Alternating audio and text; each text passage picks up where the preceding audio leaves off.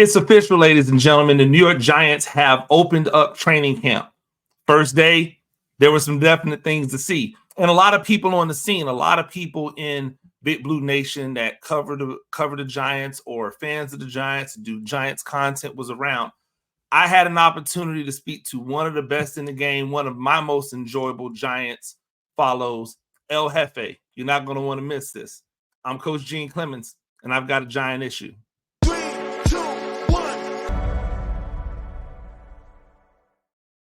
Ladies and gentlemen, welcome back to a Giant issue. I am Coach Gene Clemons, joined right now by the one, the only El Jefe of New York Revival. I appreciate you joining me.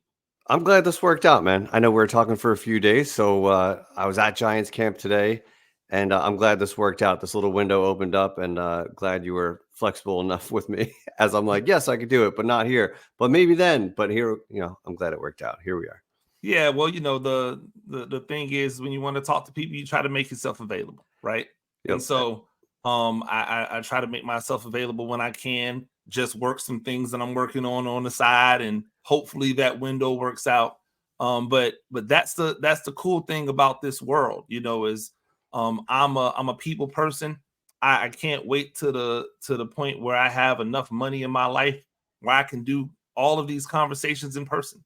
And not, behind a camera, because I really think that's the part of the interview that we're starting to miss, of the conversation that we're starting to miss, is the actual face-to-face eye contact interactions that used to make what we're all doing now so endearing, and I really do believe that.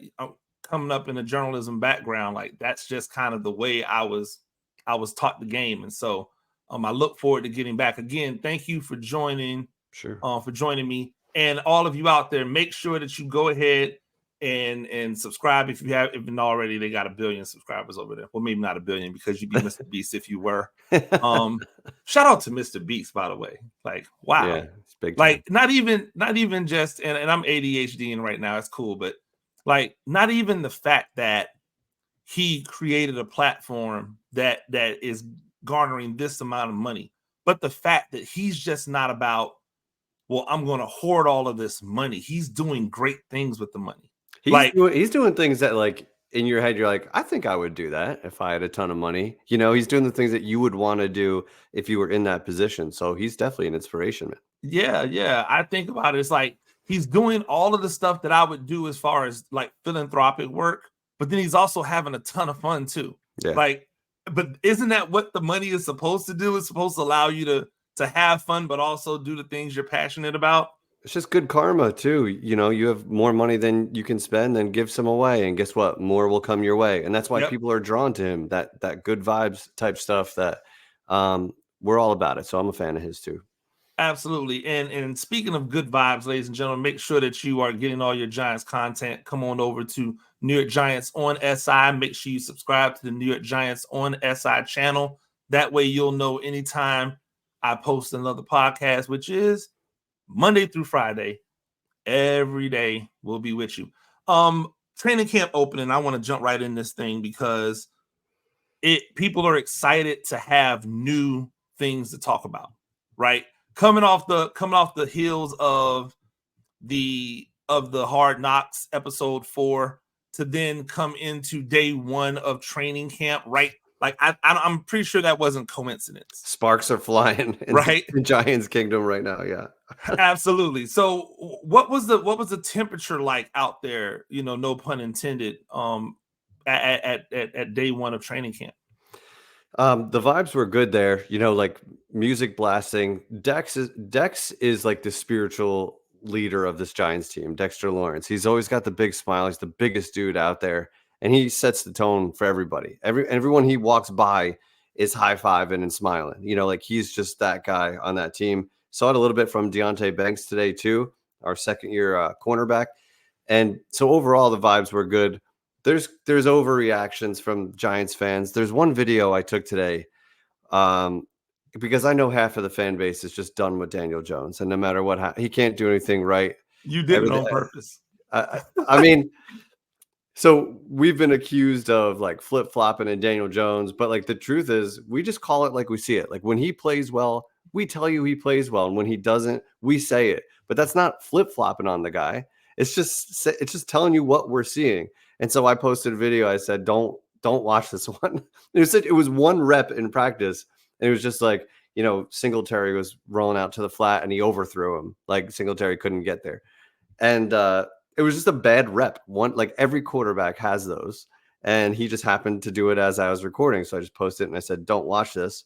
And then FanDuel Sportsbook and ML Football and all these pages are picking it up, and Giants fans are going crazy, which is fine. I kind of expect that, but it's funny to us. Like we're not posting that to say he's trash. We're posting it to say this is what happened on this rep. That's all. Yeah, come on, Jefe. When you say don't watch this, you know what people are going to do. They're going to watch it. And by the way, this is part of what I think is your genius, right? Like the way that you phrase things a lot of times has the power to make it more palatable, or make it more make it, it's almost like an accelerant, right?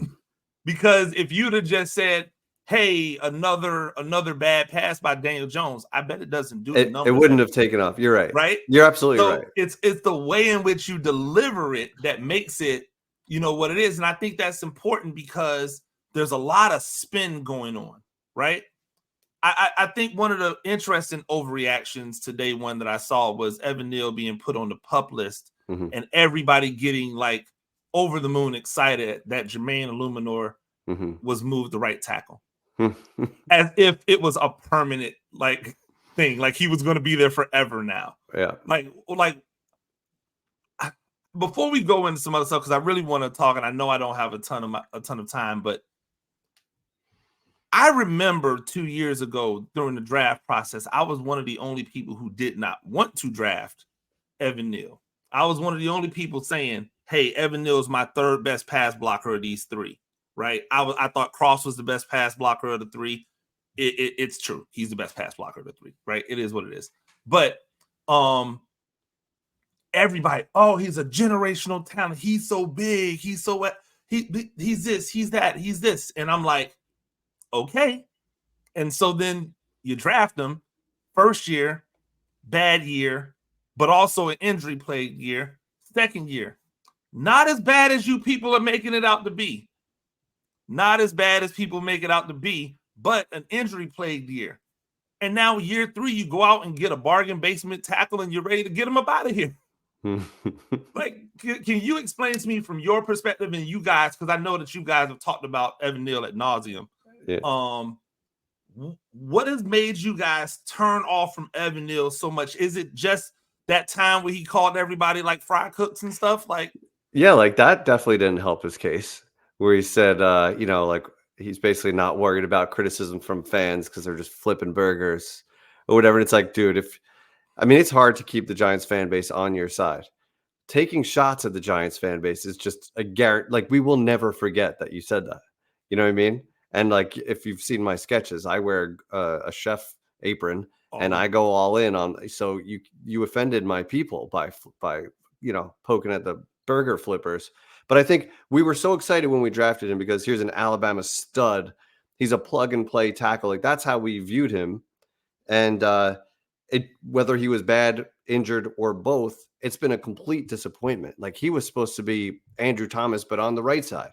Like, that's what we thought we were getting, was just a stud to help shore the bookend of the offensive line, and just hasn't come to that. Now, we don't hate him at New York Revival. I poke fun at like everything.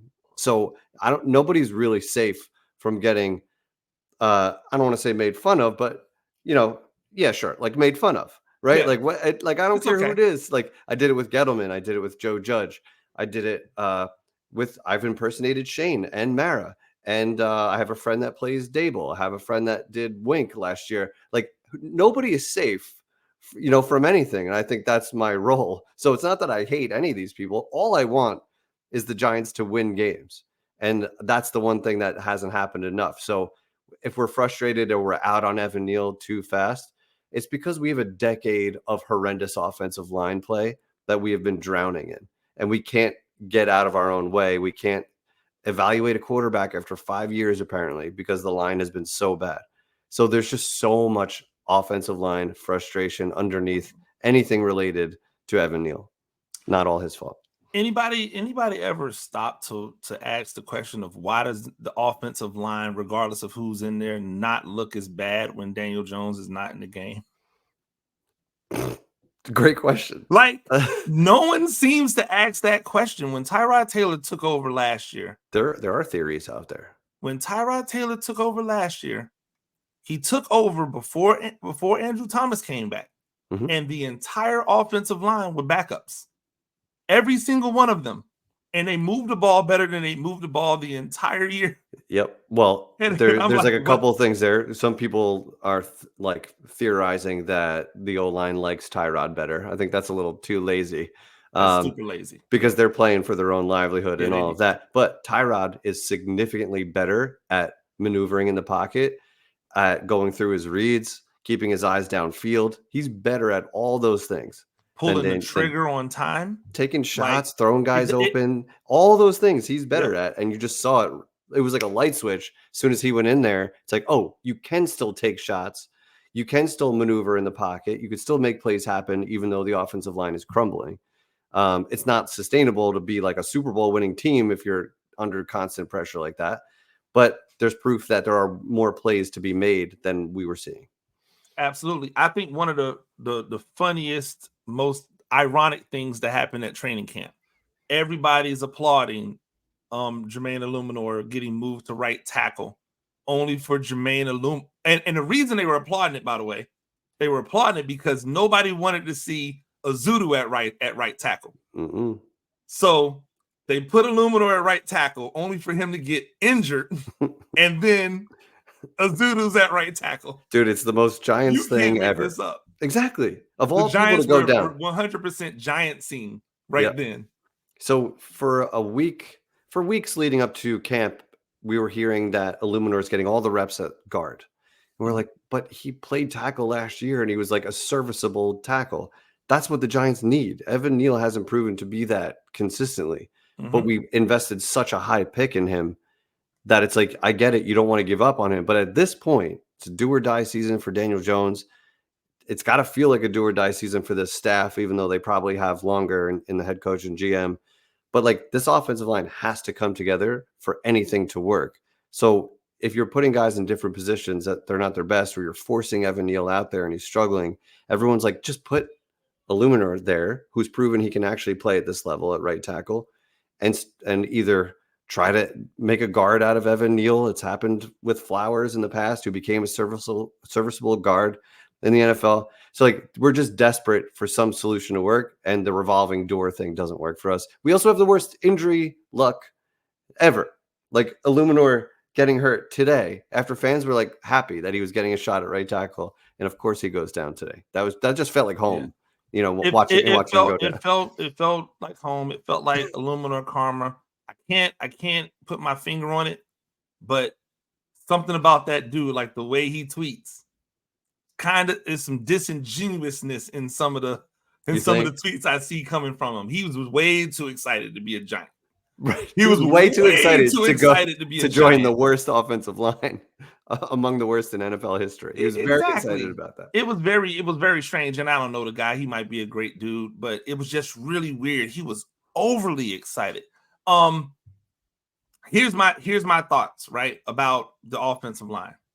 Evan Neal's a better right tackle than anybody they're going to put in at guard if you move Illuminor to tackle. Therein lies the problem, right? Therein lies the problem. If Illuminor goes to tackle, could Evan Neal be a guard? I've actually said that I think that his best position would be left guard. Put him right next to AT, and then like just road grade people on the left side. Except that's not the identity of your team anymore because you let Saquon Barkley go. So, and I think that Brian Dable wants to throw the ball because that's what he does. Short passing game, like that's his bag. So, that's the problem. Like when Illuminor goes to tackle, whoever you bring in at guard, just not been good, right? And so like, to me, The better move is to leave Illuminor at guard right now, because you know he can play right tackle. You know he can be serviceable as a right tackle. But he hasn't been that great at guard if you look at his history. So let those 4 from AT to Illuminor, or from AT to Runyon Jr., because Runyon's on the right side, if I'm not mistaken. Let those 4 get the continuity. So now the only person you're replacing is the one on the right side when Evan Neal comes back. And so at least 4 of your 5 have had that consistency all along that you're looking for. That's my thought when I look at it from a coach's perspective. I want to try to keep the line as intact as possible. I hate the fact that every time somebody gets hurt, 2 people move positions. I don't like it. I just think it's silly. Like, it seems silly, and it hasn't worked. But it seems like they just keep going back to that well for some reason, and they keep cross training guys. And we need this guy to be our backup center. And it's like, I don't see the best offensive lines. Granted, they've way more injury luck than we've had, but they play together in the same positions, and that's when the communication gets better. Picking up stunts gets better. Everything gets better when they have more time together, and our guys never have a chance to gel. It's amazing that Andrew Thomas has been as good as he's been with, what's he played with, 30 guards next to him? Yeah, you know, a ton of guards. It's always something different. We talked to Justin Pugh on New York Revival a couple of months ago, and he was talking about it was a home game. I forget who the opponent was, but I think it was one of his first games as a Giant, and he got to start at guard. And on the first drive, we had an injury. They instantly put Azudu, and he goes right to left tackle because Thomas was already out.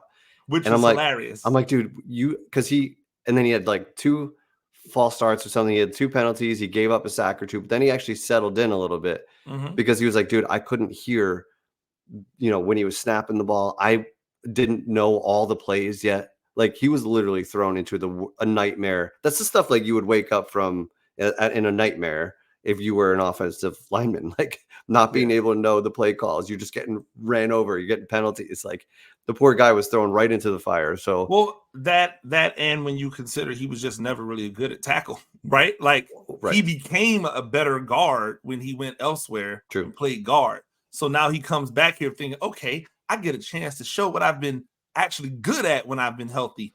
And then you put him right back in a position that he didn't have success in before. I felt bad for him. Like, that's not. I genuinely. I don't wish that on anybody. That's awful. Like, he should have been a backup guard. He should have been guard depth, but because of the injuries, he's starting left tackle all of a sudden. So, like, that's just what the Giants have been in, and that's why we can't succeed. So I have said that patience is not something that New York Giants fans understand, and because of that, it gets in the way of the fun, right? Because they don't understand patience and just how to, like, relax and let things play out, it gets in the way of fun. People are already freaking out after day 1. Yeah. Right? Yeah. And I'm like, aren't you just happy football's back? Like, shouldn't you just be happy and outside, and somebody should have a 12-pack or something, and you should be, no. What are we going to do about it? Oh my God, Illuminor is hurt. Oh my God, did you see that pass Daniel Jones threw without any pads on to a guy that should have never been running a motion orbit return because he's not that type of agile? Like, come on. For you've tried to make things fun, right? And you bring a lot of humor into your commentary, a lot of humor into the way in which you interact with your fellas, into the way you do any of your solo content. Where did that come from? When did you know that you kind of had a decent amount of comedic timing? And how much do you pour into getting better at delivering that type of content? Wow, no one's ever asked it that way. I think in my, personal life, I'm kind of that goofball, like whether it's with my friends that I grew up with or my wife or whatever, I'm that person. But then, like, when I got started in the Giants world, I was more of a straight shooter Giants fan, covering the Giants, trying to be analytical, stuff like that. Once in a while, sense of humor would be involved. But then I think combination of starting New York Revival with 2 of my best friends, Eli and Spiro, where I am that guy, my normal self with them. So it just kind of comes out naturally, and we make each other laugh, and like we're about having fun there. We're not about, X's and O's. We're about, let's talk about this team, let's have fun, let's have guests on. So we're like, that show is all about having fun. And then the sketch was just an idea to try and lighten the mood because there's so much tension on Giants Twitter. And I thought, what if I took the opposite viewpoints, represented both fans wearing a different color jersey, and just cut up the video so it looks like they're arguing with each other. And I just did it as an experiment, almost didn't post it. And I did, and it got a good response. So I'm like, okay, might be on something here. So I didn't know that I could write sketch comedy. That was never a thing that I thought I would have on my resume. But without realizing it, I was working on comedic timing, on setting up jokes, on planting a seed in the beginning of the video and then bringing it back later on, always trying to end on a high note to leave them. Because like if you leave them laughing, that's when they decide if they're going to like and share it and comment and stuff like that. So I always try to end. So all those things I think got stronger over time, where then it became kind of almost down to a science where I know the talking points. I can probably figure out which character is saying it. And then I just implement my stupid sense of humor along the way. And that just kind of fits in because I think people need to laugh, especially when it's been challenging being a Giants fan. So I think trying to make them laugh has hopefully been helpful for everyone. Do you think Giants fans enjoy football? A lot of them don't anymore, or they don't enjoy being a Giants fan. That's for sure. I think I always wonder is like, are you a fan of a team or are you a fan of football? Right? Like, I think if you and I think this is the thing that happens, especially with NFL teams and some of your blue blood college football teams. You grow up a Giants fan, right? You don't grow up a football fan, you grow up a Giants fan. Yep. So you don't understand how to appreciate football, not you obviously, but just anyone in general. If you grow up a fan of some team, do you ever become a fan of the game or are you just a fan of the team? And so now the only way you find pleasure in watching the game is if your team wins. Right? And so like that becomes a certain thing where are you really getting the satisfaction you're supposed to be in the game, right? That endorphin effect that you get in the game if the only thing that really satisfies you is if your one team wins all the time, right? So I didn't grow up a fan of any one team because I was playing sports. So like I was watching. So once I did and became a fan of a team, I still just enjoyed the game, even if I didn't live or die whether or not my team won. It was nice if my team won because the other people around me were happier, but I just enjoyed the game. And so like I think what we have, because a lot of Giants fans are not new Giants fans. Most Giants fans have been Giants fans their entire life. The same thing with Knicks fans, same thing with Rangers fans, and you can go all around the country to certain teams that have been there. Like, do they actually love the game? And I don't know how, but I want to try to get Giants fans to love football again, and not just because their team's winning. Some of them are. A lot of Giants fans are just so like sour at the amount of losing that they almost celebrate what everyone else does, and then they'll knock the Giants for everything they do, even if it's not negative. They're just too quick to go there, where that's not a good time to me. You know what I mean? Yeah. I'm never going to be that kind of fan, even if I have concerns. At the end of the day, I just want the Giants to win games. And I think fantasy football has played, for better or worse, it's brought eyes to the rest of the game, and I think that's what helped the league take off, is because you turned a Cleveland fan who has fantasy interest in Giants and Eagles. Now that's a must-watch game for them. When normally it would have been like, if I have something else to do, I'll do it. Instead, we're tapped into every single NFL game because we have interest in it. So I think that's taken the game to another level, and it's opened up our eyes to what a well-run organization looks like, what how teams are winning consistently, what a great offense looks like, what great quarterbacks look like. And then you look at your own team and you're like, well, damn, like we're not any of those things. Oh, that's harsh. That's harsh. I think that if I want to put a positive spin on the season, I think that what I believe, I didn't speak to Brian Dable directly, but just based off of what I'm seeing in personnel and the way they're setting up, I think this offense will be the best suited offense for Daniel Jones to have success. If he can't have success in what they're trying to do with this offense, it's just not going to happen for him with the Giants. Like, and it's not just about, hey, we got some guards for you, or we finally got you a number one, that kind of stupidity where, because I'm sure like in his private thoughts, Darius Slayton's going, man, I wonder how many yards I'd have by now if I had Patrick Mahomes throwing me the football, right? All those times that I took the top off the defense and I was just running and no ball ever came my way. Like, and so if he can't get it done in this, it's not going to get it done. But I actually think he has a chance to get it done. Like, I think he has a chance to have a successful season. Here's the rub: Daniel Jones is finished in New York. Like, you think? It's the time. It's one of those the hourglass where the sands are. It's like you can't possibly reinvest in Daniel Jones. Like the history tells you, oh, good season or decent season, there's going to be a coming after that. So even if he comes out there and has 4,000 yards passing, 40-something on 30 touchdowns, do you really sign yourself up for 3 years, $150 million with Daniel Jones and feel comfortable that 2025 isn't just going to be him reverting back to the mean?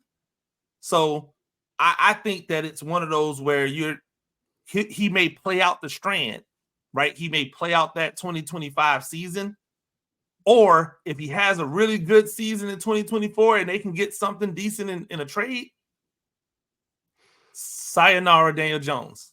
And I think the fan base will be happier because of it, because it won't have that division that we've seen so much out of the fan base.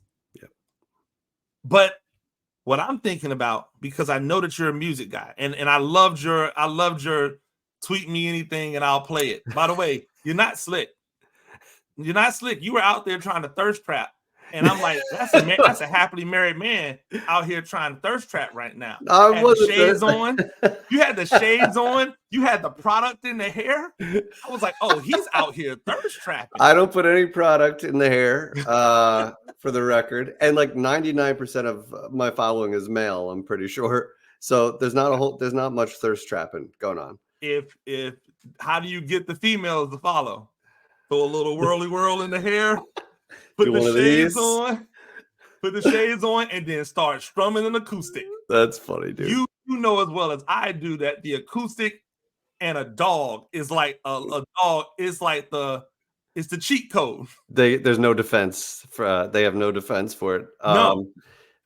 That's funny. I don't have a puppy, but otherwise I would have done that. But I was just in the mood to play music that night. Music has always been like part of me too, was in bands like through my 20s and 30s and stuff like that.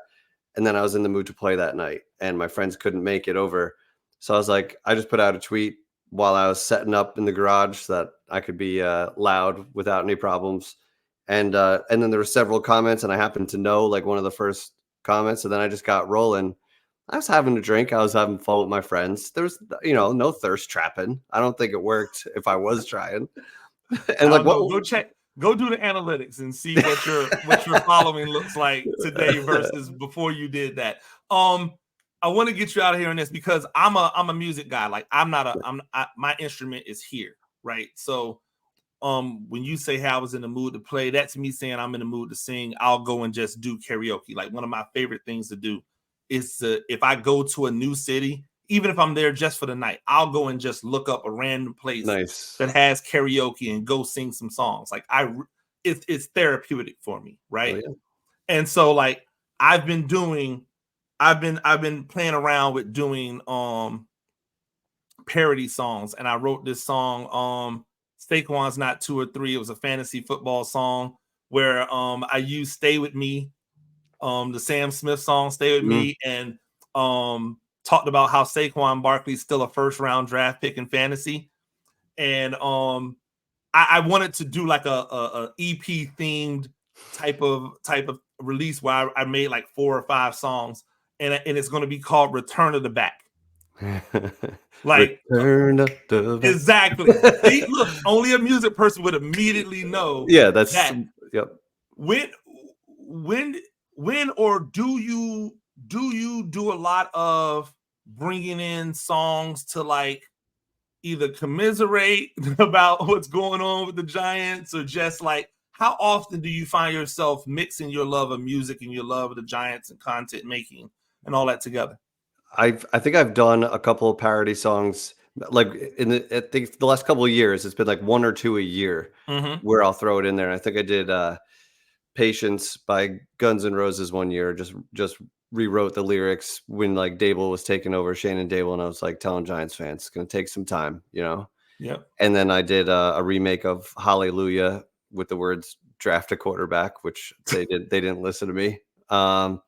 And then I covered Darren Waller's song for some reason. It was like so bad it was good. No, I couldn't get it out of that you did. I couldn't get it out of my head, dude. I'm like, I gotta cover this. I just picked up the guitar and listened to it. I'm like, it's 2 chords. It's actually not an awful song. It's a really bad arrangement, but like, and the video was like a little bit. The video's cringy. Yeah. The video's cringy, but it's actually not bad. He has a pretty decent ear for music. Like when I was talking to him in Las Vegas, for this Icy Hot thing that they were doing out there, he was talking about like his grandfather being like this big dude in music, and like when he started getting more into music in college, people were like, do you know who your people are? Like, and so it was interesting. He's got a decent ear. He's just gonna have to figure it out. I think, a lot of people think they should be artists, and maybe sometimes they should just be the person that identifies the talent. Fair. I don't know. Hey, you know what? I'm one of those people that are like, yo, Darren Waller, enjoy your life, go do your thing.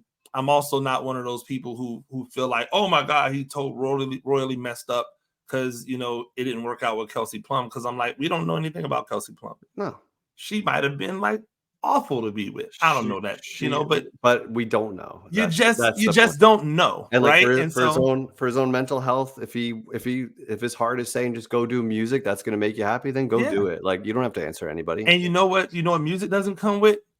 Getting jammed in the back by a strong safety because your quarterback left you hanging out to dry, which happened a lot. Did you see a lot of the catches Darren Waller had to make last year? It was normally immediately followed by contact. Not a lot of him running open. No, we don't. They missed him a lot on those. Those when he was wide open, they missed him on those. But they made sure they found him when it was like right in the middle of a crowd and he can get hit by 2 people. He's one of the reasons why I don't want to overreact to training camp, because he looked like a god amongst men last year at training camp. Dude looks huge and unstoppable and fast and all. He looked like exactly what we hoped we were getting. And I think he played hurt most of the year, and the Giants sucked. So it didn't. And I blame the offense because they did all of that stuff with him during training camp. Essentially, they gave all of that stuff to Wan'Dale Robinson. All of the stuff that he was doing was all of the stuff that Wan'Dale Robinson started doing in spades the moment he got back. And I was like, wait a minute. I even asked him about it. I said, hey, the way that they were playing you in training camp was not the way that they used you in the game. And he like lit up, and almost like to say without saying, aha, that's why I'm getting the hell up out of here. Yeah. That kind of thing. So it's the play calling is going to be interesting because again, even today, that play where Daniel Jones was throwing the ball to Singletary. Why do you have Devin Singletary doing a motion orbit return when you have all of these tweener gadget shifty guys on your team? That's not what Devin Singletary is here for. So like you're not fooling anybody, because he's not going to be able to take advantage of the thing that you want him to take advantage of by doing that. So I think there's going to be a lot of pressure on the coaching staff to make Joe Shane look smart. And if that doesn't happen, there's going to be some hot seats. And it may just be warm enough to get them to 25, but if people overreact, one and or both of them might be out of here. You never know. I know. And if it's one or the other for whatever reason, I'd like to keep Dable and potentially promote Brandon Brown. I think Brandon Brown's bright. By the way, he's the star. He's the star of Hard Knocks. He's great. Like Shane, this Hard Knocks hasn't been a good look for him. For Shane, I agree. Yeah. It hasn't been a good look for him because they're showing him lying, like blatantly lying, like and doing the things that nobody ever would know about because it's behind closed doors, and now we're just seeing it. And it's a crazy amount of access that they gave, but we're literally seeing him lie. Like he said, hey, we don't want to bring a $12 million running back, and then got on the phone and said, hey, we want you to go test it out, but we want you to be a part of the Giants. So give us the chance to come back. Like, what? And that's where like the owner influence, because Mara didn't want to lose Barkley at all. So I think he was trying to satisfy Mara while knowing he never really wanted to give Barkley this deal the whole time. No, never. And you see Shane looking, it makes him look bad though. Exactly. And you see Shane looking insecure and unsure of himself at times, or clearly nervous when Mara comes in the room. It doesn't instill a lot of confidence that these guys are in lockstep and they're on the same page moving forward. There's a lot of push and pull and trying to figure it out. But I actually don't mind it. Like, I know that a lot of y'all are like, hey, we wish Mara would butt out. But let's be honest. If you owned the Giants, would you butt out? Not if I didn't feel like butting out. Right? I could do whatever I wanted. Yeah. It's my team, and not for nothing, I care about this team more than you do. Like, he does care. That's what I'm saying. Is like, it's not like you're dealing with an owner that doesn't care, who's just about dollars and cents. Because the truth is, the dollars and cents should have been to bring Saquon Barkley back. Like, you bring back your most popular player on a team that doesn't have a whole lot of popular players. Yeah, there's no identity now. Exactly. Yeah. So, like, the dollars and cents thing, which is what normally owners are thinking about, would be to bring him back. He didn't force it down their throat and say, nope, bring him back, regardless of whatever. And so, but I think he has the right to ask, like, hey, I really don't want to see Saquon Barkley in a Philadelphia Eagles jersey. Like, I think that's fair. Right. And so now when he sees it, he should feel like he's got to go to the bathroom. He should feel like that. Like, that only makes sense. We need to get together and we need to do like a jam session. I'm done. I meant to say that before. If you could sing and you can write, then and I'm pretty good. I know a lot. I do a lot of genres. Cool. I sing a lot of genres. So, like, if I get up to Jersey or New York. I don't know if you live in New York, but who lives in New York? I'm in Jersey. I'm kind of like in the Jersey Shore area. Yeah, see, who lives in New York? Nobody. Nobody. But like, if I get up there, I would love to have a jam session and just like max out. I don't even care. I don't know. I just love to sing. One in the first year that we got started, we with Revival, the first Giants season, we were doing this "If the Giants Win" challenge, and of course the Giants start off 7-1 because no one expected anything that year. Yep. And Eli Rax, who's part of Revival with me, he used to rap and he used to do music and kind of similar time frame in his 20s and into his 30s and stuff. And he was like, I'll do 16 bars. I'll make up a rap for the Giants if they win this next game. And he did. And it was good. Yeah. And it was like, dude, I never heard, like, I've heard his old stuff. He's got some music videos and I'm like, he's like unrecognizable. Yeah. This guy in these music videos. And now he's, but to see him get back into it, I'm like, there's still something there. You may as well use it to entertain people. There are people who are fans of the Giants and rap and all kinds of music. And why not put them together? And that's what I've been doing a little bit is like, if you could do something, do it, throw it at the wall, and then you'll learn something either way. Either it'll work or it won't, but at least just keep doing stuff. I agree. I did music. I wrote songs for people. I wrote my own songs, recorded songs. Yep. But it was one of those things where, you know, when you're in your early 20s, I'm trying to make it, you know, like I'm trying to make it big. Yeah. And now I think that I'm much better at all of it than I was when I was that age. Because I've got life experience. Yep. But also I just know my voice so much better. Like I understand what I can sing, what I don't have any business singing, and I know what sounds great. Like I know when I'm in my bag, like a song that I sing, if I sing that song, that's going to be a smash. I can sing. I feel like my arrogance will sometimes tell me I can sing anything. But I also know the songs that I really could sing. Like if this song is in this key or in this area, I'm probably going to body that song. And so it's like it becomes a lot more fun because you can play off that a lot more. And so I'm sure that when he was, you know, his vocabulary is probably much more vast than it was back when he was rapping. And you've listened to how many hundreds of hours of music since you were that kid recording, like and I'm with you. I feel the same exact way that when I was going for it, when I would have gotten in a van and gone around the country, for sure. I can't even listen to myself at that point. And I'm like I would say I'm maybe well-rounded, but mediocre. I'm not like, I don't have the confidence that you do in my singing voice. I could play guitar, but I know when I see a great guitarist, you know, like I'm not on that level. But now I know songs that I sing well. I think I have a much more honest opinion. And if it sounds bad, I don't have a problem saying it sounds bad either. Like I've lost that just confidence in anything I'm doing, and it's more just realistic and honest with myself. But that's funny that you got the same music background and kind of the same view of where you're at now. But now I want to hear you sing something.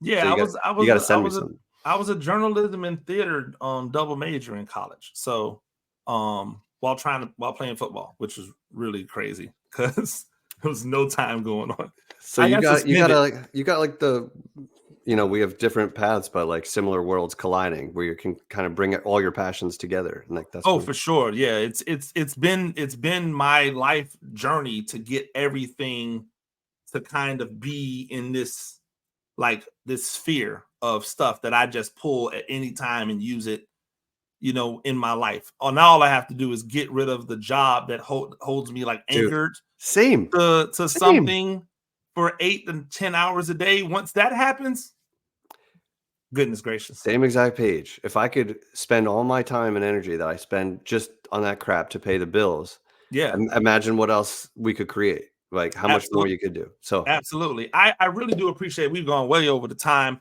El Jefe, make sure that you follow him on X at Jefe Pill, P-I-L. Yep. Jefe Pill, Jefe Pil. Make sure that you check out all of the New York Revival content over on YouTube. What else am I missing? That's it, man. If you at New York Revival on X, and you'll see a bunch of videos. If you're a Giants fan, we posted a bunch of videos from Giants camp today, but we've also got cool interviews on our YouTube page, so you can check that out. And then I'm the same handle on X, Jefe Pill, and I have a different YouTube channel where I kind of just like a library of all the sketches I've ever made, and most of them are Giants, but there's some other silly stuff on there too. If you're in the mood to laugh about the Giants or some other stuff. So you can check those both out, and we have a great time on Revival. So make sure you check us out there. Absolutely. And ladies and gentlemen, that's all the time I have today. Make sure that you are following everything that we do over at New York Giants on SI. Make sure that you're subscribing to the YouTube channel. The goal is 2,000 subscribers over here on New York Giants on SI by the beginning of the season.